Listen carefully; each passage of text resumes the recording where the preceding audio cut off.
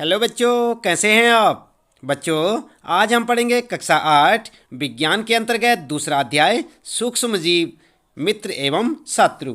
आप देख रहे हैं यहाँ पर, यह आपका अध्याय 2 सूक्ष्म जीव मित्र एवं शत्रु। हम आपको बताएंगे बच्चों इस पाठ से संबंधित प्रश्नों के उत्तर, लेकिन उससे पहले आइए एक नज़र डालते हैं पाठ पर। आप इस पाठ को यहाँ से भी पढ़ सकते हैं और अपनी पाठ्य पुस्तक से भी, लेकिन याद रहे बच्चों, एक बार पाठ को ज़रूर से ज़रूर पढ़ लें। इससे ये होगा जो यहाँ पर आपको प्रश्नों के उत्तर बताए जाएंगे वे आपको अच्छे से समझ आ जाएंगे, और आप इन उत्तरों को अपनी नोटबुक में नोट करें और इन्हें याद भी करें। यदि अभी तक आपने चैनल को सब्सक्राइब नहीं किया बच्चों, तो चैनल को भी सब्सक्राइब अवश्य कर दें, बेल आइकन भी दबा दें, ताकि आपको आने वाली प्रत्येक पाठ की वीडियो की नोटिफिकेशन मिलती रहे और आप जानते रहें अपने सभी पाठों के प्रश्न उत्तर हमारे साथ।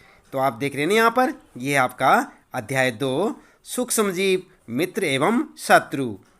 और जैसे ही बच्चों यहाँ पर ये पाठ समाप्त होता है, हम आपको लिए चलेंगे इस पाठ से संबंधित प्रश्नों के उत्तरों पर, इसलिए आप लगातार देखते रहें वीडियो और जुड़े रहें हमारे साथ। तो देख रहे ना आप यहाँ पर ये आपका ये चैप्टर पूरा यहाँ पर समाप्त हो जाता है और शुरू हो जाते हैं इस पाठ के प्रश्न यहाँ पर, जिनके उत्तर हम आपको यहाँ पर अभी बताने वाले हैं। तो आप लगातार देखते रहें वीडियो और जुड़े रहें हमारे साथ।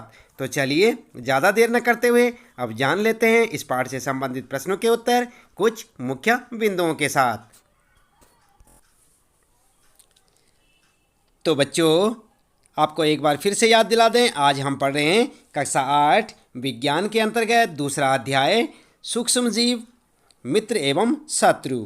और हम आपको बता रहे हैं अभ्यास प्रश्नोत्तर में पाठ से संबंधित प्रश्नों के उत्तर, लेकिन उससे पहले आइए कुछ मुख्य बिंदु जान लेते हैं इस पाठ के कि आपने क्या कुछ इस पाठ में सीखा। नंबर 1, सूक्ष्म जीव अत्यंत छोटे होते हैं तथा बिना सूक्ष्मदर्शी, जिसे आप माइक्रोस्कोप कहते हैं, यंत्र की मदद से अकेली आंखों से नहीं दिखाई देते। समझ गए ना आप? इस पाठ में बताया गया है कि सूक्ष्म जीव इतने छोटे होते हैं कि आप उन्हें अपनी खुली आंखों से नहीं देख सकते, उन्हें किसी यंत्र की सहायता से देख सकते हैं, जिस यंत्र का नाम क्या है? सूक्ष्मदर्शी। क्या कहते हैं उसे? सूक्ष्मदर्शी। सूक्ष्मदर्शी यंत्र के मदद से ही आप उन जीवों को देख सकते हैं। दूसरा आपने यहाँ पर सीखा, यह बर्फीले शीत मौसम से उष्ण झरनों तथा मरुस्थल से दलदल तक हर प्रकार के पर्यावरण में जीवित रह सकते हैं। कौन? सूक्ष्म जीव, यानी माइक्रो ऑर्गेनिज्म। याद रखेंगे ना? और नंबर 3 आपने क्या जाना इस पाठ में? सूक्ष्म जीव वायु, जल, मिट्टी, पौधों एवं जंतुओं के शरीर में पाए जाते हैं। कहाँ कहाँ पाए जाते हैं सूक्ष्म जीव? वायु, जल, मिट्टी, पौधों एवं जंतुओं के शरीर में। आगे आपने जाना बच्चों, एक कोशिकीय एवं बहुकोशिकीय होते हैं। कैसे होते हैं सूक्ष्म जीव? एक कोशिका वाले भी होते हैं और बहुत कोशिका वाले भी हो सकते हैं। आगे आपने पढ़ा, जीवाणु, कवक, प्रोटोजोआ तथा कुछ शैवाल सूक्ष्म जीवों के अंतर्गत आते हैं। कौन कौन आते हैं सूक्ष्म जीवों के अंतर्गत? जीवाणु, कवक, प्रोटोजोआ और कुछ शैवाल। ठीक है, याद रखेंगे ना? और छठा, विषाणु इनसे अलग होते हैं, लेकिन फिर भी इसी वर्ग में शामिल किए जाते हैं। किस वर्ग में? सूक्ष्म जीवों के वर्ग में। ठीक है, इसके बाद आगे आपने पढ़ा इस पाठ में, विषाणु केवल परपोषी जीवों जैसे जीवाणु, पादप अथवा जंतु में गुणन करते हैं। आगे आपने पढ़ा बच्चों, कुछ सूक्ष्म जीव औषधि एवं अल्कोहल के वाणिज्यिक उत्पादन में उपयोग होते हैं, यानी कि कुछ सूक्ष्म जीव जो है उपयोगी होते हैं। और आगे आपने पढ़ा, कुछ सूक्ष्म जीव जैविक कचरे जैसे कि मृत पौधे एवं जंतु अवशिष्ट को अपघटित कर सरल पदार्थों में परिवर्तित कर देते हैं तथा वातावरण को स्वच्छ बनाए रखते हैं। और भी पढ़ा आपने बहुत कुछ। आपने पढ़ा, प्रोटोजोआ अतिसार तथा मलेरिया जैसे रोग उत्पन्न करते हैं। कौन? सूक्ष्म जीवों के कारण ही होता है। आगे आपने पढ़ा, कुछ सूक्ष्म जीव हमारे शरीर को विषाक्त कर देते हैं। कुछ सूक्ष्म जीव लेग्यूम पौधों की जड़ों और अधिकाओं में पाए जाते हैं। ये वायुमंडलीय नाइट्रोजन को मिट्टी में स्थिरीकृत कर देते हैं, जिससे मिट्टी की उर्वरता में वृद्धि होती है। ये भी पढ़ा था ना आपने पाठ में। और आगे आपने पढ़ा था मिट्टी में उपस्थित कुछ जीवाणु तथा नीले हरे शैवाल वायुमंडलीय नाइट्रोजन को स्थिरीकृत कर नाइट्रोजनी यौगिकों में बदल देते हैं।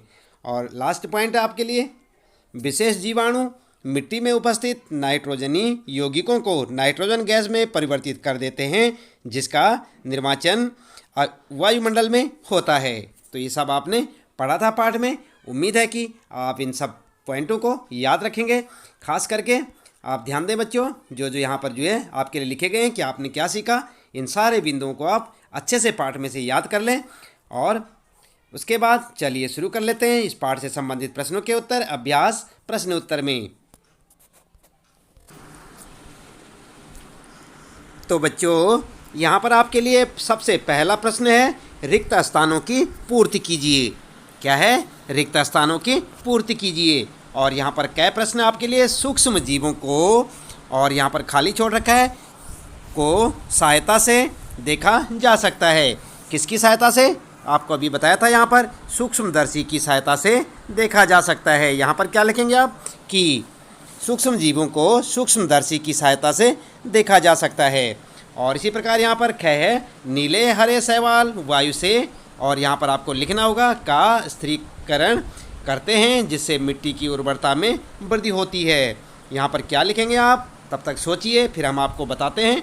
और इसी प्रकार गै वाला है, अल्कोहल का उत्पादन, और यहाँ पर भी आपको कुछ लिखना होगा, नामक सूक्ष्म जीव की सहायता से किया जाता है। तो किसका, यहाँ पर क्या लिखेंगे, सोचिए ज़रा। और घै में हैजा के द्वारा होता है, किसके द्वारा होता है, यहाँ पर आपको लिखना होगा। तो क्या लिखेंगे इन सब में आप, चलिए उत्तर देख लेते हैं। सबसे पहले का था सूक्ष्मदर्शी, जो हमने आपको बताया था।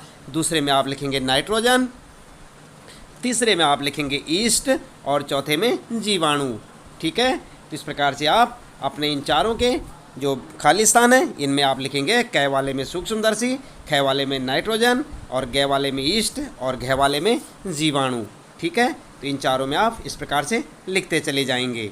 और इसके बाद बच्चों दूसरा प्रश्न आपके लिए, सही शब्द के आगे सही का चिन्ह लगाइए। और क्या है, ईस्ट का उपयोग निम्न के उत्पादन में होता है। तो किसके उत्पादन में होता है ईस्ट का उपयोग, आपने पाठ में पढ़ा होगा बच्चों। यहाँ पर दे रखा है फर्स्ट में चीनी, अल्कोहल, हाइड्रोक्लोरिक अम्ल, ऑक्सीजन और तितली, और साथ में चींटी। तो किस में होता है, आप क्या लिखेंगे इसका उत्तर, चलिए अभी जानते हैं। दूसरा प्रश्न पढ़ते हैं, निम्न में से कौन सा प्रतिजैविक है और कौन सा है सोडियम बाइकार्बोनेट है, स्ट्रेप्टोमाइसिन या अल्कोहल या ईस्ट। तो इसका उत्तर भी आप सोचिए, फिर हम बताते हैं आपको। गै वाला प्रश्न पढ़ते हैं, मलेरिया परजीवी का वाहक है कौन सा, मादा एनाफ्लीज मच्छर या कांकरोच या घरेलू मक्खी। क्या होगा इसका आंसर, चलिए अभी देखते हैं। और संसरणीय रोगों का सबसे मुख्य कारक है चींटी, घरेलू मक्खी, ड्रैगन मक्खी या मकड़ी। तो क्या लिखेंगे आप। इसके बाद आगे है ब्रेड अथवा इडली फूल जाती है, इसका क्या कारण है, उष्णता है, पीसना, ईस्ट कोशिकाओं की वृद्धि या मारने के कारण। और अगला है बच्चों च वाला, यहाँ पर चीनी को अल्कोहल में परिवर्तित करने का के प्रक्रम का नाम है नाइट्रोजन स्थिरीकरण, मोल्डिंग, किण्वन या संक्रमण। तो क्या क्या लिखेंगे आप इनमें, कैसे चाय तक, सबके उत्तर आपको जो है लिखने हैं। एक आपका सही आंसर होगा यहाँ पर, ऑप्शन जो देख रहे हैं आप यहाँ पर, इसमें सही ऑप्शन पे आपने सही का चिन्ह लगाना है। चलिए देख लेते हैं उत्तर में। आप लिखेंगे जो कै वाला है आपका, उसके लिए फर्स्ट को चुनें, और ख वाला सेकेंड, गै वाला फर्स्ट, और घ वाला सेकेंड, और गै वाला थर्ड, और च वाला भी थर्ड। तो क्या होगा आपका फर्स्ट सेकेंड थर्ड थर्ड। यहाँ पर देखा आपने, उत्तर में क्या लिखेंगे, चलिए ऊपर से चलते हैं फिर से दोबारा। ये है आपका दूसरा प्रश्न, और सही का चिन्ह लगाना है। तो पहले में फर्स्ट का, ठीक है, और दूसरे में ख वाले में सेकेंड, ये वाला सही है, और तीसरे वाले में फिर फर्स्ट, और चौथे वाले में सेकेंड घरेलू मक्खी, और उसके बाद जो है यहाँ पर जो है लगाएंगे थर्ड गै वाले में, और उसके बाद च वाले में भी थर्ड वाला। तो इस प्रकार से आपके आंसर हो जाएंगे। आप समझे ना बच्चों। देख सकते हैं आप यहाँ पर फर्स्ट सेकेंड और थर्ड। इस प्रकार से आप आंसर के लिए सही का चिन्ह लगा सकते हैं। अगला प्रश्न है बच्चों तीसरा, कॉलम 1 में के जीवों का मिलान कॉलम 2 में दिए गए उनके कार्य से कीजिए। या आप ये कह सकते हैं कॉलम फर्स्ट का मिलान दूसरे में फर्स्ट में किए सेकंड में दिए गए उनके कार्य से कीजिए। तो यहाँ पर आपके लिए कॉलम फर्स्ट है और कॉलम सेकंड देख रहे हैं ना आप अपनी पाठ्य पुस्तक में देख सकते हैं बच्चों। इस प्रकार से आपको 2 कॉलम देखने को मिलेंगे और इन दोनों को आपने मिलान करना है। मिलान करना जानते हैं ना आप, इस प्रकार से मिलान करना है।